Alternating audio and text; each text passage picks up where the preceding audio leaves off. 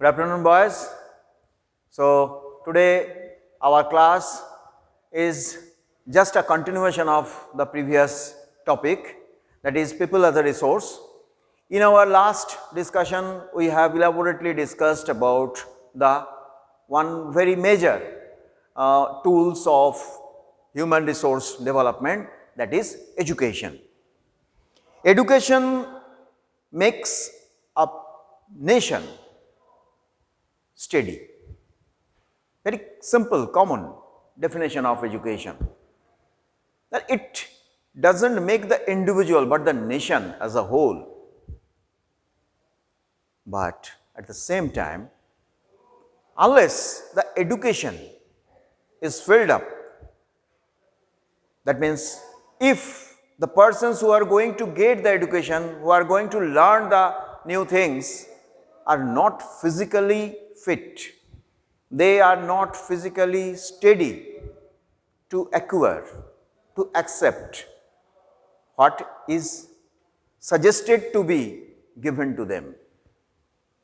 And here lies the importance of the second tools, or we can say the simultaneous. Health and education number 1, number 2, it is not like that. There is no ranking. They all are together, they all are equally important. Health. The definition of health, according to World Health Organization, that health is not the absence of disease, but the power to combat, the power to fight against ailments. So, it develops the basic infrastructure inside the human body so that that human being is able to protect, prevent and overcome whatever wrong thing is going to happen on his body. So, it is the power, it develops the power. It does not mean there will be no ailment, there will be no disease. Those who will take care of health. Body has its own order. Sometimes it will never work according to our wish.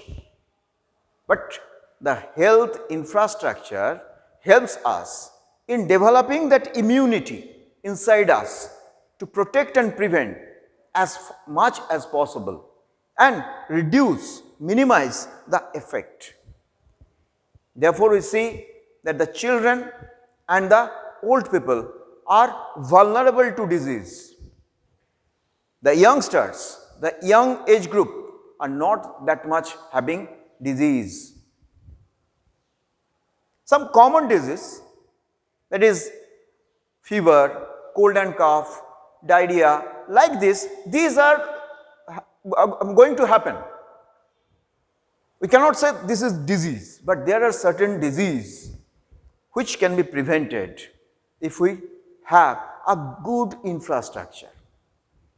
So, health cannot be maintained just by means of individual effort. It needs an infrastructure. And on that infrastructure, we see that the accessibility to basic health. Everyone should have the access to basic health.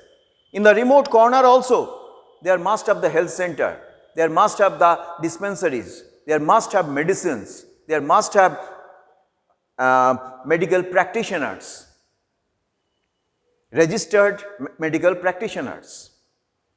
Accessibility to basic health. Next is availability of medicine. Those medicines are written, prescribed by the doctors, but it is not available within the vicinity of that area, of that patient. What is the use of that? So, that must be available. And thirdly, the availability and affordability of nutritious food. Medicine is one part. Another part is the remedial measures. And those remedial measures can come if we get the nutritious food. And we know a country like ours, where below poverty line people are almost 23%, obviously the problem remains in having nutritious food. Malnutrition is a common phenomena in mostly the rural economy. So these three things should have so that we can have the power to combat unfavorable health hazards. Health hazards can be overcome. At least we can create the infrastructure. Nowadays, during this pandemic, COVID-19, what do we see? That India is far away from their infrastructure. Kerala, Orissa, partly Rajasthan had shown tremendous result. They are also in India, but they had created their own infrastructure, and therefore the casualty and the proneness, vulnerability is very less over there. Here comes the example of infrastructure. You could clearly understand what does infrastructure help, because certain diseases cannot be confronted only by individual efforts. You may be rich, you may have money, but you cannot confront this pandemic just because you are having money. You need that hospital, you need that system, you need the proper care by the experts. So this is the healthcare. Now, over the few decades, we have seen that our medical facilities, medical science had gone to a higher level. Our life expectancy at birth before independence, it was 37 point something, and right now it is 67.8, almost 68 years of age. So you could understand that within this span of time, we had made huge development in the field of medical science. We have constructed so many medical colleges, but it is concentrated in Karnataka, Tamil Nadu, Maharashtra. In these areas, 81 out of 181 medical colleges, 81 out of 181 medical colleges are concentrated in these states. And the precarious condition is in Bihar and Uttar Pradesh. Not only that, we are highly dependent upon our district hospitals, subdivision hospitals and medical colleges. You, the learners, know that medical colleges are meant for higher studies on medicine, higher studies on medical science. The researchers are there, professors are there, and the new doctors, would-be doctors are preparing to become a doctor. If those medical colleges are overpowered by the diseases which can be cured just through smaller medicines which can be provided by the dispensaries or medical centers remained in villages. But our infrastructure in the villages is so poor that they all are assembled onto the district headquarters or medical colleges. So it has created a mess into the medical science. So even if we are started investing more and more fund on medical science, we are having aims where foreign patients are also coming. You may have accustomed with the term medical tourism, for which we are having huge scope. We Indians are having huge scope. That means our medical science is reaching to that height that the foreigners, and they are also from the developed countries. It is not from the developing countries. From the developed countries, they are coming to us because our hospitality, our medical science has reached to that level that at a very cheaper rate, we can provide the state-of-the-art service on healthcare. But unfortunately, that is not being reflected on our basic healthcare units. So, the basic healthcare units, that is the primary healthcare dispensaries, medical staffs, nurses, paramedical staffs, they are very much scarce. So, this is all about health. So, it is having a silver lining because our experts, our doctors, our medical support staffs all are of high quality. Only we need a good infrastructure by which our country's human resource can become really effective to be termed as human capital. So, now we understand the importance of education and health, and it is also clear to us that health and education go hand in hand to make a country prosperous. But here we should not forget the two things, unemployment and underemployment. Unemployment means the persons who are not getting job at the existing wage rate. So, whatever wage rate is remaining in the country, people are willing to work at that, they are not going to bargain for higher wages, instead of that they are not getting job, that is called unemployment. This is clear, it is very easy to understand. But underemployment, that means the people are not properly employed, and it is mostly seen in the agricultural sector and partially in the industrial sector. In the agricultural sector, we see it is of two types, disguised unemployment and seasonal unemployment. Seasonal unemployment, from its very name it is understood that the persons who are working, particularly the farmers who are working in the field, they are not getting whole year's job. For a particular period of time, they are being engaged during the period of sowing, harvesting, thrashing, weeding, they are being used, and rest of the time they are not having any job. And marginal farmers, landless farmers, small artisans who are time to time work as casual workers in the farming land are facing this problem, seasonal unemployment. They are also underemployed as because they are not fully employed for the whole season. Secondly, disguised unemployment. Disguised, from its very name also you could understand that the people are being engaged in the productive activity without increasing productivity. What is productivity? Yield per acre.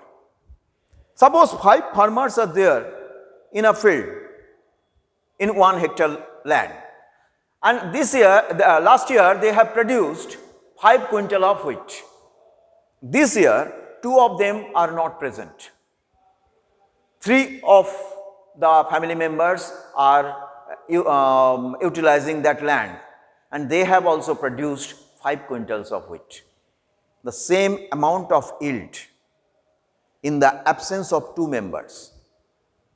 So, it is quite evident that the 2 members who were apparently engaged in the productive activity in the last year were not increasing productivity, but remained in the production process as if they are a part of production.